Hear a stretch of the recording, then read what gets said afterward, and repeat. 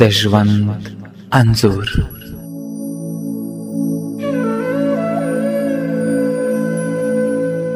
د ژوند انځور. د ژوند انځور.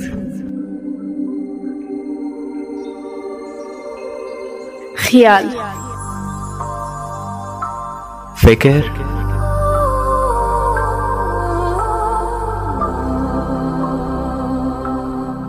او د ژوند انځور د ژوندون پر څپو.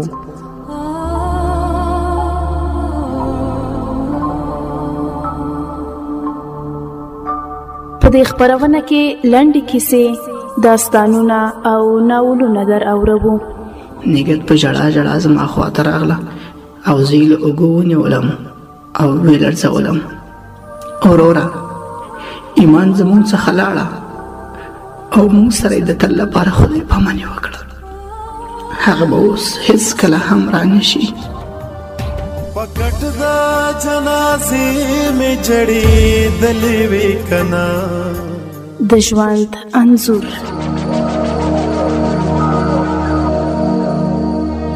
د ژوند انځور هر چهارشنبه د شپې 9 بجې. د ژوند انځور. د ژوند انځور.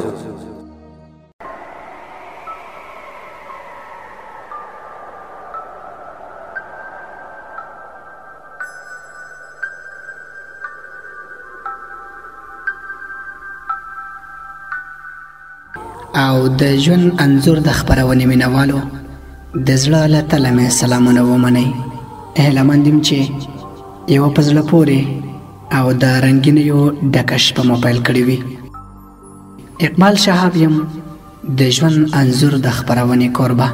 د نن شپې په خپرونه کې په یو ښکلي او په زړه پورې ناول چې د مینې ګناهګار نومیږي، چې هاشم ندیم لیکلی او طارق نجیب ژباړلی دی، پرې پیل کوم.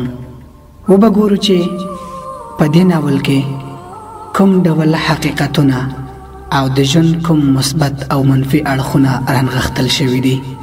نو هیله مند یم چې د نن شپې د خپرونې تر پایه او د یاد ناول د پای تر شیبو پورې ستاسو ملتیا له ځانه سره ولرم. نور مو د انتظار د شیبو لړۍ پای ته رسوم او د مینې ګناهګار ناول پیل کوم.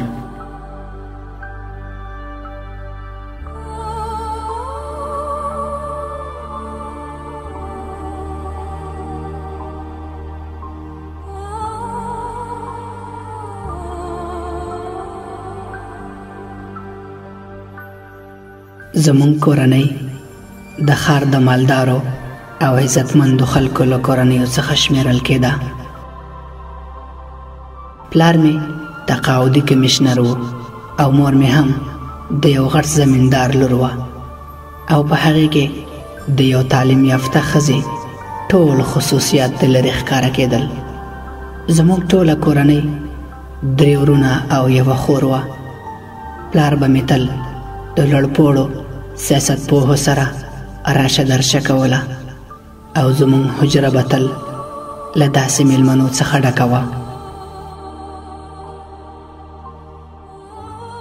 نو که زه فکر وکړم دا هماغه سړی و چې ما به پلار سره په ماشومتوب کې لیدل او شاید د دې سبب د دوی ملګریتوب ښکاره کوو، نو شاید همدا سبب و چې پلار مې د خور او ورور دواړو خپلوي د دوی له کورنیو سره کړې وه. زما ورېندار هم چې یو له غټو کورنیو څخه وه تل به دې سوچونو ځوروله چې هسې نه زما کورنۍ د میړه د کورنۍ څخه ښکته راشي. که څه هم سجاد ورور او آبرین ورېندار د یو له بله سره ښه جوړه وه، ځکه عباد به د سوداګرۍ لپاره مختلفو هیوادونو ته سفرونه کول. نو همدا وجه وه چې مور او ورېندار به تل په محفلونو او ښادیو کې بوختې وي.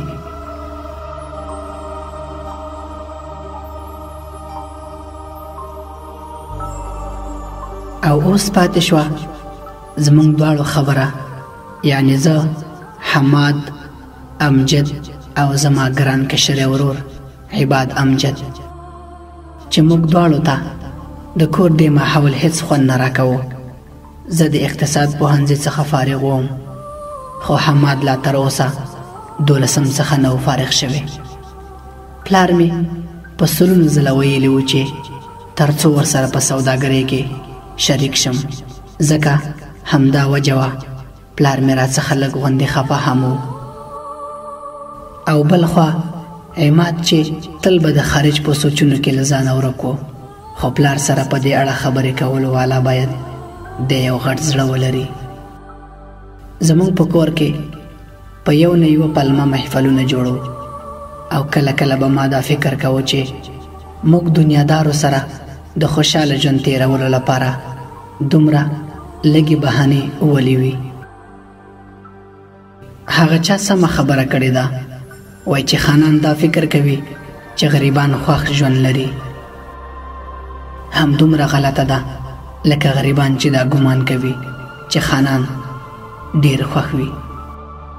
نن هم په کور کې یو محفل جوړو، او پلمه یې دا وه چې د سجاد نازولي زوی نن لومړنۍ سپاره ختمه کړې ده، او نن سبا خو خانانو کورنیو دا یو رواج ګرځېدلی چې ماشوم ته د جومات څخه خاص مولوي صاحب ټاکل شوی وي تر څو ماشوم ته په کور کې درس ورکړي.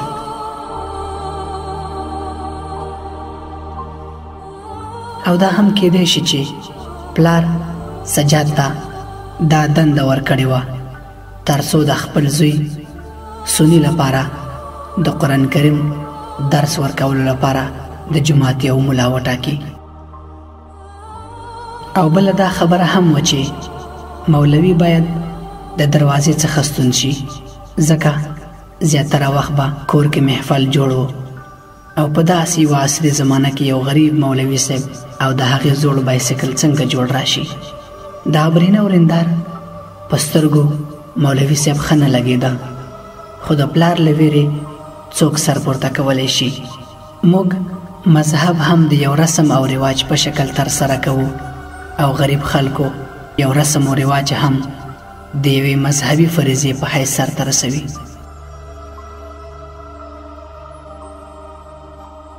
زما لیدنه هم مولوي سره یو څو ځلې یا په لاره کې او یا هم په کور کې، هغه ځای چې مولوي صاحب به سنی ته د قرآن کریم ښوونه کوله. مولوي صاحب علیم الدین یو ساده سړی و، تل سپینې جامې پر تن، د مخ څخه نور ځلېده، خاکساري او خاموشي یو ښو عادتونو څخه و، او تل د خبرو کولو په وخت سترګې په ځمکه کې ښخې کړې وي. هره ورځ به په خپل وخت یعنی د مازدیګر په 4 بجو په خپل زوړ بایسکل راته، او د کور څوکیدار چې به چېرته کېناسته هملته به د سني په انتظار ناستو.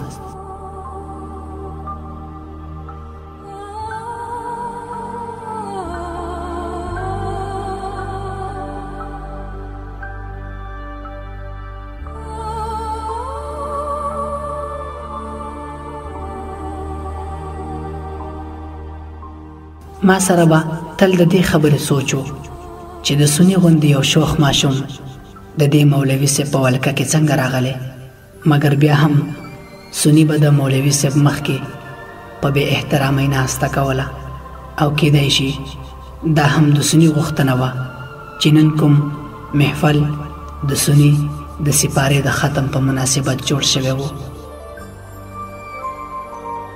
د مولوي صاحب شتون پکې ډیر اړین و، کنه سني به خپله په دې محفل کې ګډون نه و کړی، او نه به هم د مور د خوښې جامې پر تن کړې وای، نو ځکه سني ټول کور ته خبرداری ورکړی و. مور او ریندار د سني په دې شرط خوښې نه برېښېدې. په دې عصري زمانه کې په کوم عصر کې چې ښځې د خپلو بې خونده میړونو سره د پوره آرایش او قسمه قسم لباسونو او د تورو ښیښو لرونکو موټرو سره به تشریف راوړي، او د اوږدې ږیرې والا یو غریب ملا داسې اشخاصو ځای چیرته ډکولی شي، مګر د سني په مقابل کې چې څوک راتلی شي دا د امکان څخه بهر خبره ده. آخر د کور ټول خلک باید د سني دې شرطه غاړه کېږدي. مګر اوس مسله دا ده چې پرون د کور مزدورانو مولوي صاحب ته د نه راتلو ویلي وو، اوس د هغې راتلل امکان نه لري. نو سني د ډېر وخت راهیسې په ژړا پیل کړی و. نو آخر د پلار خاص موټر چلونکي شاکر ته د مولوي صاحب کور معلوم و، ځکه د شاکر په تیر شوي کور کې اوس مولوي صاحب شپې سبا کولې. نو دا خبره وشوه تر څو شاکر لاړ شي او د مولوي کورنۍ راوبلي.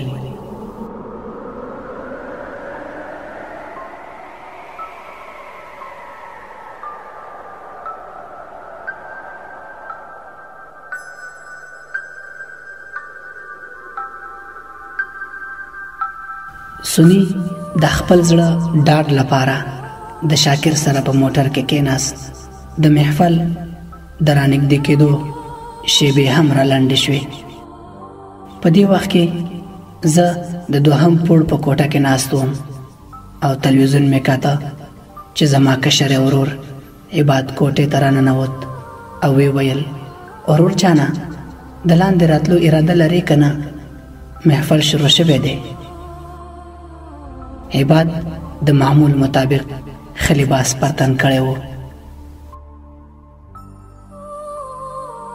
په لیدو یې راته خندا راغله او ورته مې وویل تا خو داسې ځان تیار کړی دی لکه نن چې د کوژدې خبره کېږي. عباد په خبره خوله ورانه کړه، وی ویل یاره مړه ته خو هم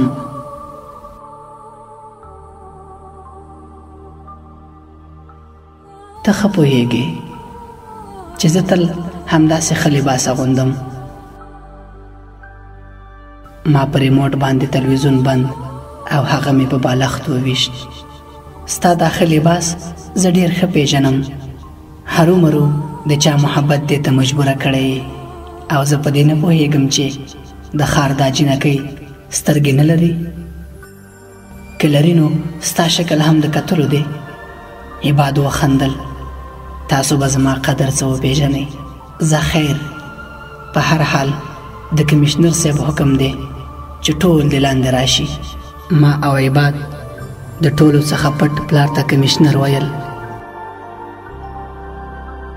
زه هاخوا دېخوا شوم. اوف دا څه مصیبت دی مړه، یو ماشوم سپاره ختمه کړې ده او دوی ترېنه ډنډوره جوړه کړې. په دې نړۍ کې د ورځې په زرګونو ماشومان د قرآن کریم ختمونه کوي، هغوی خو یوه ورځ هم داسې ډنډوره نه ده جوړه کړې. او بیا د سپارې په ختم کې محفل. زه خو عباد د پوهولو په انداز وویل راځه مړه زه هم پوهېږم دا هسې ځان ښودل دي، هر څه پرېږده د سني د خوښۍ لپاره راشه او ته ښه پوهېږي چې سني ته څومره ګران یې.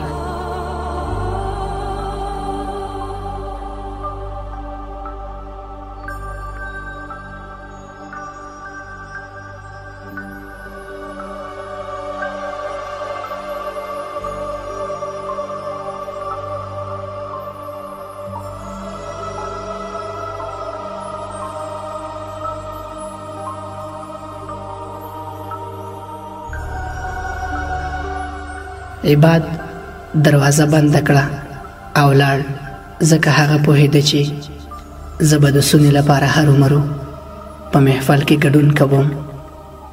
زما په خیال یوازې یو څو لحظې د ځان لپاره وي، نور ټول ژوند د یو او بل لپاره تېروو. د لرې څخه په ګڼو ونو کې پټ د کوڅې په آخر کې د کمیشنر امجد رضا یو بېسارې بنګله نن د واړه برقي چراغونو په واسطه پوښل شوې وه. لمر ډوبېدو والا و، خو لا تر اوسه ماښام نه و. د کمیشنر پخوانی مرسیډیز موټر چې په دې ورځو کې د کور د کارونو لپاره استعمالېده د کور په طرف را روان و. شاکر موټر چلوو او په خوا کې ورسره سني د خوشحالۍ نه په جامو کې نه ځایېده. ته به وایې چې یوه غټه کارنامه یې ترسره کړې.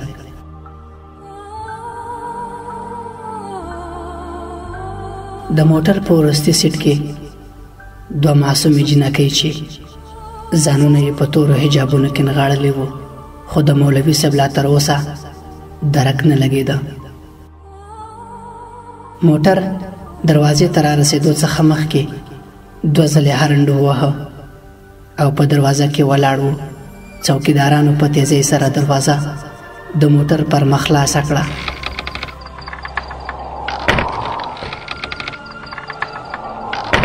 او د کمشنر شین رنګي موټر بنگلې ته راننوت. زما د تیارېدو څخه مخکې تقریبا ټول میلمانه راغلي وو. سوني راته د لرې څخه لاس وخوځاوه. داسې برېښېده چې ما ته څه ویل غواړي، مګر هغه اوس د خپلو ماما زامنو سره داسې بوخت و چې همدا مهال یې ما ته راتلل ناشوني وو. او د معمول مطابق عباد د خلکو متاثره کولو لپاره کوششونه شروع کړي وو. یوې خوا پلار او سجاد سوداګرانو سره په خبرو بوخت و، ځکه پلار هیڅکله داسې موقع له لاسه نه ورکوي.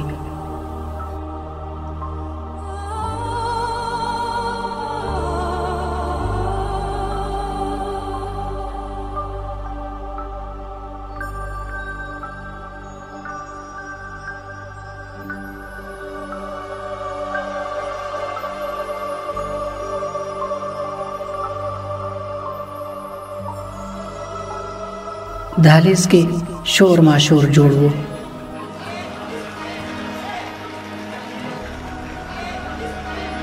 هرې خواته رنګونه، چراغونه، د ښځو خنداګانو، د ماشومانو لوبې، ټول دهلیز یې په سر اخیستی و.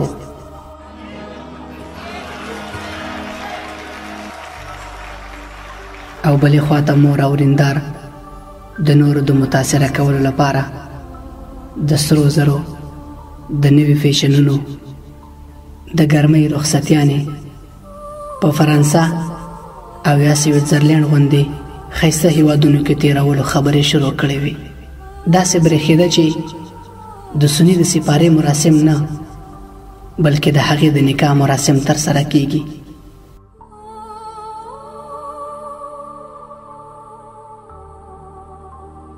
د زینو څخه په ښکته کېدو سره مې یو خوږ غوندې سلام تر غوږ شو. نه پوهېږم ولې ماته د مینې او عشق خبرې هېڅ خوند نه راکوي او د دې کلمو په اورېدلو راته خندا راځي. زما له تر اوسه کومه انجلۍ داسې نه ده خوښه شوې لکه یو عشقي کیسه چې د انجلۍ په ستایلو ختمه شي. د دې یو سبب دا هم کېدای شي چې ما د وړوکتوب څخه د هلکانو او جینکو ګډ ښوونځي کې زده کړه کړې ده او زما د ښوونځي ټول ملګري زیاتره جینکۍ پاتې شوي دي. ما ته د دې محفل په جینکو او هلکانو کې کوم خاص توپیر نه ښکارېده، مګر زه په دې نه پوهېږم چې له دوی څخه دا شرم او حیا چیرته تللی ده. دا ټول د پلار د ملګرو یعنی وزیرانو او نورو لړپوړو چارواکو لوڼې وې. دا جینکۍ خپله ټوله ورځ د یو پردي هلک سره په سړک او یا هم په هوټل کې په چایو څښلو تېروي، ځکه د کور څخه ورته پوره ازادي ورکړل شوې وي. ما ته خو ټولې جینکۍ همغه یو شان ښکاري، ځکه همغه یو شان انداز او همغه د هلکانو په مخ کې ځان ښودل او همغه شان بحثونه لکه موږ هلکان یې چې د جینکو باره کې کوو.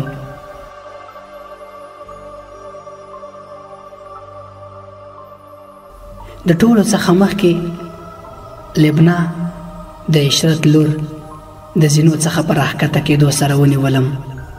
او حماده نن سبا چیرته یې؟ لږه پوښتنه خو کوه. ما هم لږه وچېړله. اورېدلې مې دي له ښکلو څخه لرې اوسېدلو کې سلامتي ده. هغه وخندل. ښه دا راته ووایه چې دې پنجشنبې ته به زموږ خواته راځې که نه؟ د سلما د کوژدن مراسم دي. سلما د لبنا څخه یو کال کشره وه. نو ما په حیرانۍ د هغې په لور وکتل او ورته مې وویل د سلما کوژدن مګر هغې خو ما سره د ټول ژوند تیرولو وعدې کړې وې.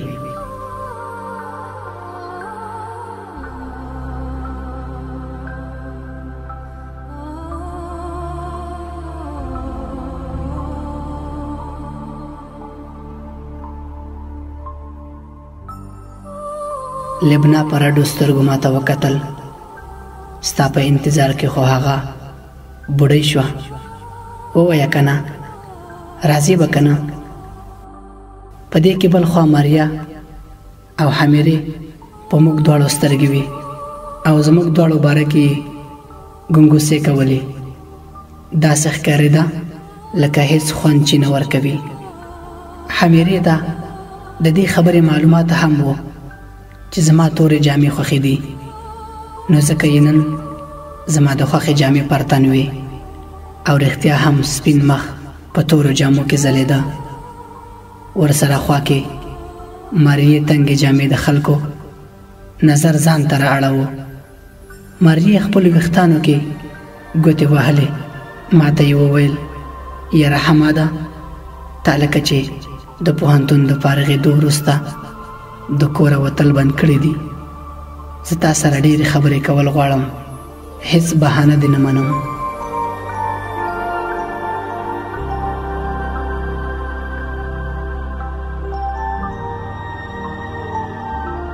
د لارې څخه سونل او نیلم د ماریا سره زما خبرې کولو له وجې د سترګو په کنج کنج کې بد بد را کتل.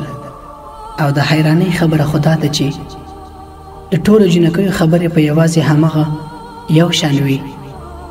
شاید د دنیا ټولې ښځې د یو ځای او یو قسم خاورې څخه جوړې دي چې ورسره یوازې کینی، نو ټولې همدا ګیلې کوي چې د پوهنتون د فارغېدو څخه وروسته زموږ خبر نه اخلي. ټولو دا ګیلې کولې.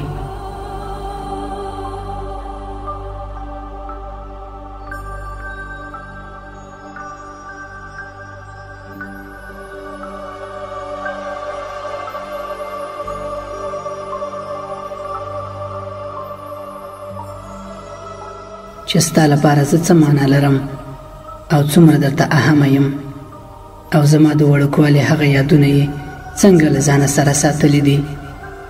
د ټولو فکرونه یو شان دي او کله کله دا فکر کوم چې د دې جنکو په دماغو کې د وړوکوالي هغه خبرې څنګه پاتې دي. داسې ښکاري چې که څوک په ماشومتوب کې د جنۍ سره ملګرتوب وکړي، هغه د دوی د خوبونو شهزاده وي. خو په هر حال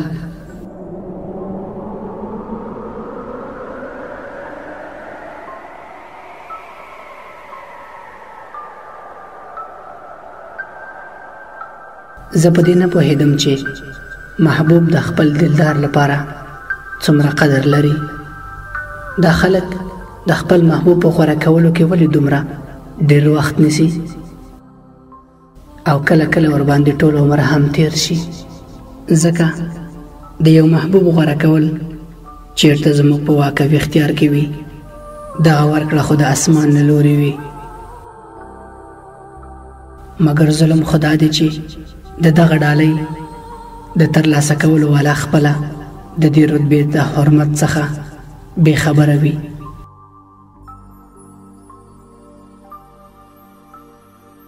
ما به د هر یو سره بیل بیل کتل، هغوی به مې پازابول او خپله د دې څخه نه خبره وم چې د مینې دغه زیړ موسم زما په لور روان دی. په دهلیز کې قدم ایښودلو سره یو ناڅاپه زما خوا او شا شور ماشور ورک شو. ټوله فضا په خاموشي بدله شوه او د څو شیبو لپاره مې هر څه له سترګو پناه شو. هغه زما مخکې ویرېدلې لړزېدلې ناسته وه. یو اوږد تور څادر یې له ځان څخه تاو کړی و او د سړیو له نظره یې ځان د ګوښه کولو کوښښ کې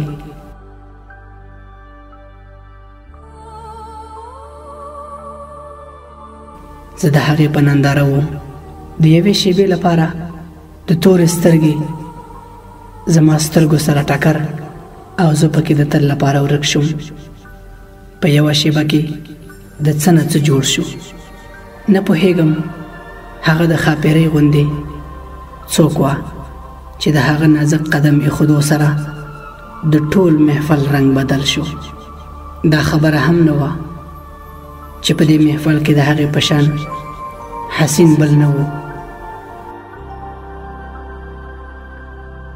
دلته خو د ښاپېریو په شان د نازکو باران و، یوه له بلې څخه په حسن او ښایست کې وړاندې وي، خو دغه تور حجاب کې نغاړلې سپینه کوتره په یو کونج کې د یوې نجلۍ سره ناسته وه.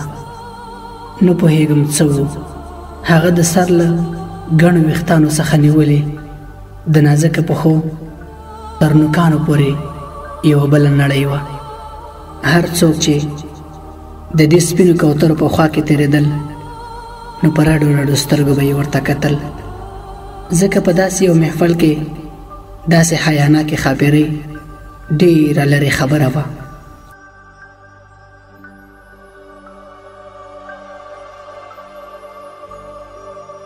ناڅاپه مې محسوسه کړه چې یو نازک غوندې لاس زما لستوڼی کشوي. زه د خپلو خیالونو د نړۍ څخه بهر شوم.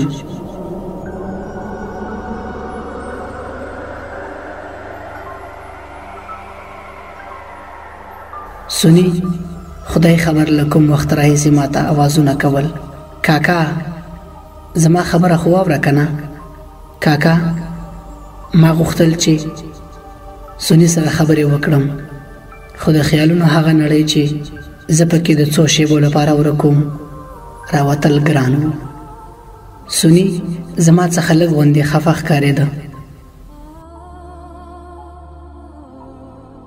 زه کاکا زه تا سره خبرې نه کوم، نن ټولو ما ته ډالۍ راکړې او تا له تر اوسه هېڅ شی نه دي راکړي. ما د هغه خبرې پرې کړې او هغه مې په غېږ کې راپورته کړه او پر میز مې کېناوه. یاره مړه دا څنګه امکان لري چې ستا حماد کاکا دې تا ته ډالۍ در نه کړي؟ ووایه څه غواړې؟ د سنی په مخ کې معصومه خوشحالي څرګنده شوه او سوچ یې کاوه تر څو یو ښه شی راڅخه وغواړي.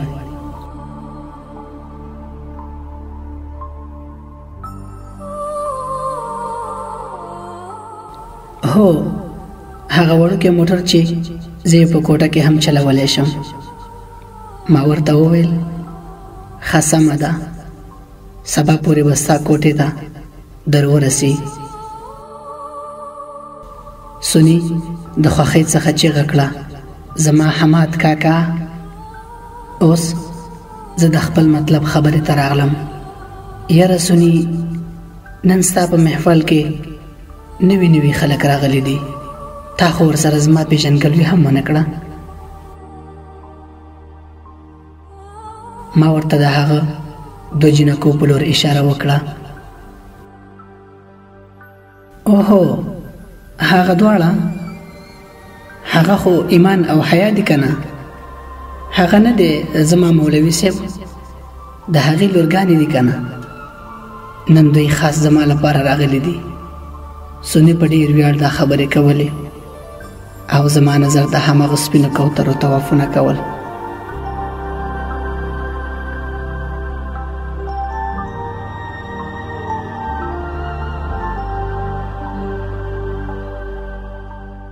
معلومه شوه چې کله شاکر موټر چلوونکي د مولوي صاحب کره د بلنې لپاره تللی و، نو هغه د تیرو 2 شپو څخه تبې نیولې، نو ځکه د ګډون ګران کار و.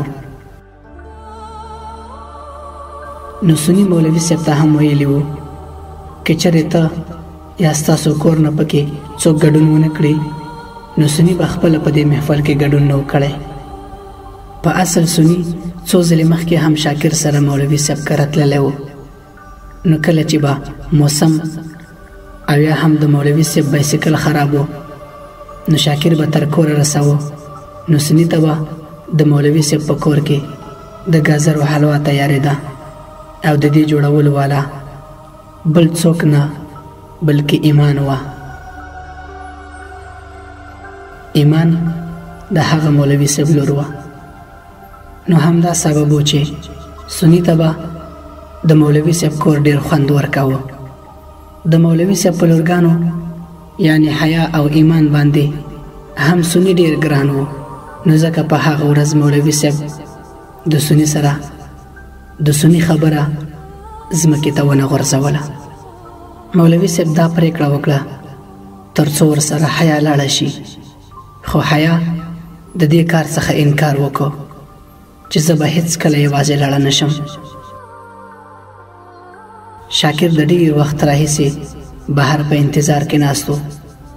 اخر مجبوره شو او لړزېدلی بیچاره مولوي صاحب ته یې ډاډ ورکوه تر څو ایمان او حیا دواړه ورسره لاړې شي. مولوي صاحب هم د شاکر خبره ومنله، ځکه هغه دواړه جینکۍ د شاکر په وړاندې پیغله شوې وي. شاکر مولوي صاحب ته دا هم وویل چې د سني لپاره دواړه جینکۍ پرېږده، که څه هم د لږ وخت لپاره وي.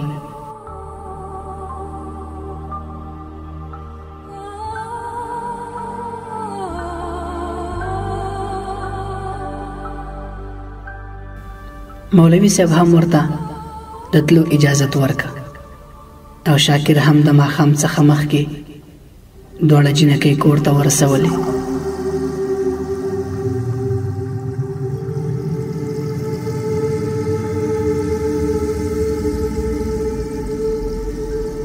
مولوي صاحب خو خپلې لورګانې د کور څخه بهر هم نه پرېږدي، خو هغې د شاکر خبره څنګه ومنله. په مولوي صاحب باندې په کور کې ساعت نه تېرېده، ځکه یې بېواره په برنډه کې چټک چټک قدمونه اخیستل. زموږ په ژوند کې کله او څه وخت د کومې پیښې سره مخ کېږو، دا زموږ د وهم او خیال څخه ډېره لرې خبره ده. زما د پوهې مطابق په ژوند کې د مینې څخه بله کومه غټه پیښه نشته، او موږ انسانان دومره مجبوره یو چې د داسې پیښو پړه د کاش لفظ ته په غاړه کې اچوو. کاش زه په هغه ورځې کور کې نه وای، کاش مولوي صاحب په ورځ نه و ناروغه شوی، کاش سني خپله د مولوي صاحب کور ته نه و تللی، او که تللی هم وی نو ایمان ورسره نه وی راغلی. کاش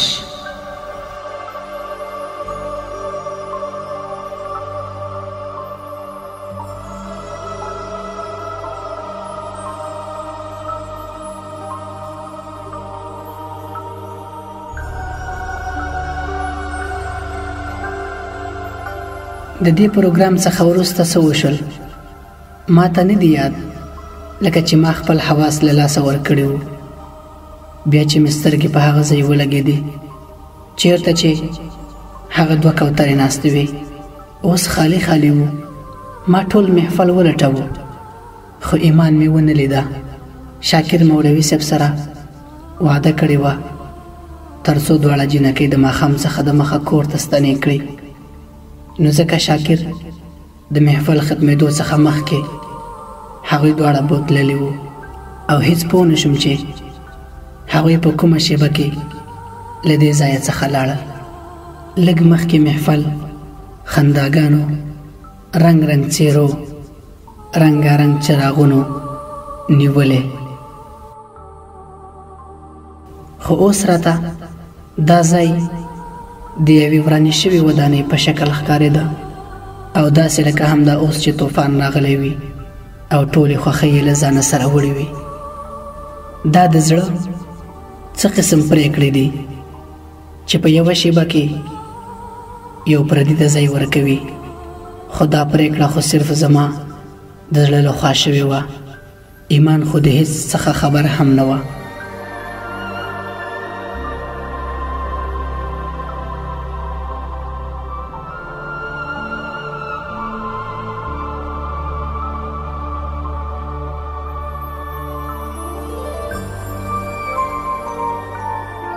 که خلک دې ته محبت وایي نو دا د هغې جذبې نوم دی چې اوس مهال زما د وینې په رګونو کې یې ځای نیولی و.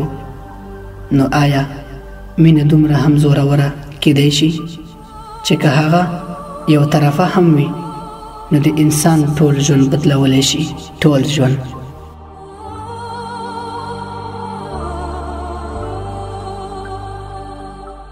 د سنی د سپارې مراسم خو پای ته ورسېدل، خو وروسته یې زما د ژوند شپې او ورځې بدلې کړې.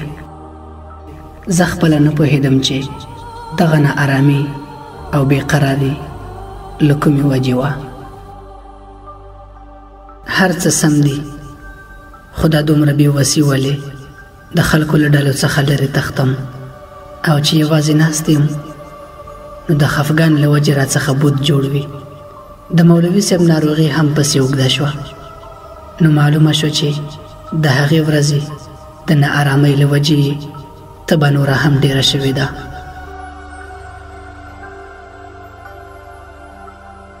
نو راتلونکې پوره اونۍ هغه سني ته د درس ورکولو لپاره رانغی. هره ورځ به د مولوي صاحب نه راتګ ځورولم، داسې لکه یو با ارزښت او قیمتي شی چې راڅخه ورک وي. دا د همدې اونۍ د یو تود مازدیګر خبره وه.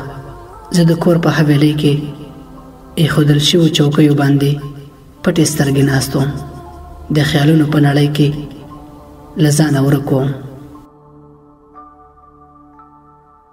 داسې ښکارېده لکه لمر چې د ډېر وخت راهیسې په همدې ځای کلک نښتی وي، او یا هم زما غوندې کورمغزو داسې بې ځایه خبرو مخالفت کاوه.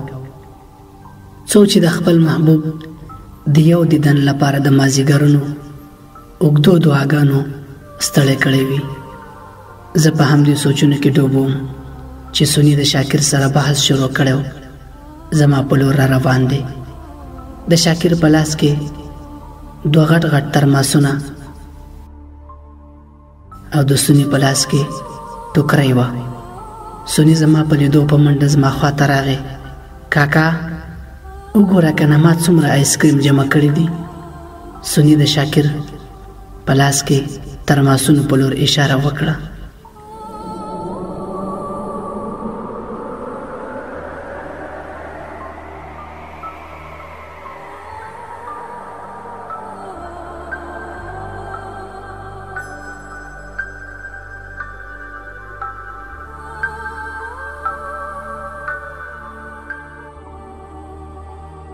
قدرمنو اوریدونکو، د دې ناول لومړۍ برخه په همدې ځای پای ته رسوم. هیله مند یم چې د پاملرنې وړ مو ګرځېدلې وي. نو تر بیا چې د دې ناول دوهمې برخې سره ستاسو درانه چوپړ ته حاضرېږم، تاسې په لویو بخښونکي خدای سپارم. ښه شپه ولرئ، رنګین خوبونه. الله مو مل شه. د خدای په امان.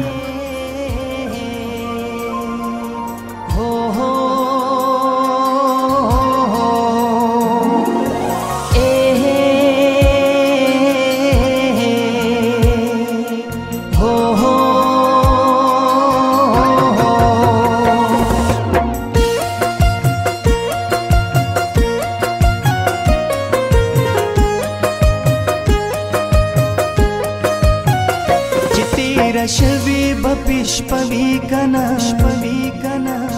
چې زما خیال باور سروي کنا چې تیر شوی بپیش پوی کنا چې زما خیال باور سروي کنا هغه پرون چې پجړا تلدا هغه وړ باچی ودوي کنا هغه وړ باچی ودوي کنا چې تیر شوی بپیش پوی کنا چې زما خیال باور سروي کنا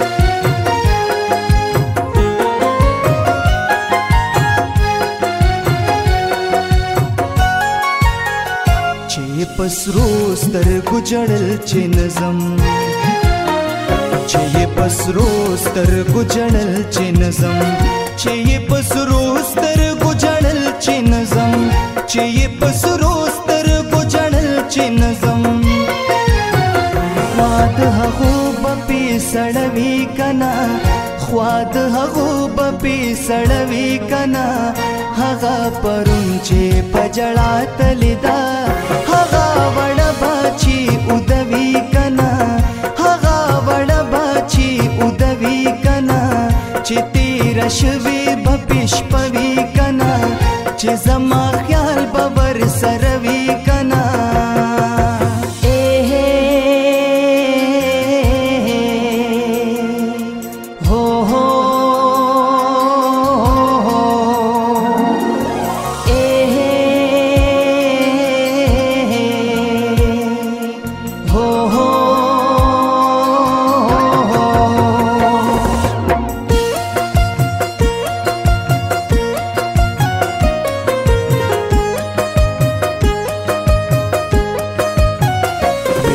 چستا بغیر ژوند نشم کوي وی چستا بغیر ژوند نشم کوي وی چستا بغیر ژوند نشم کوي وی چستا بغیر ژوند نشم کوي ورته بیا د وادوي کنا ورته بیا د وادوي کنا هغه پرون چې پجړا تلدا هغه وړ باچی ودوي کنا هغه وړ باچی ودوي کنا چې تیر شوي بپیش پوي کنا چې زما خیال باور سروي کنا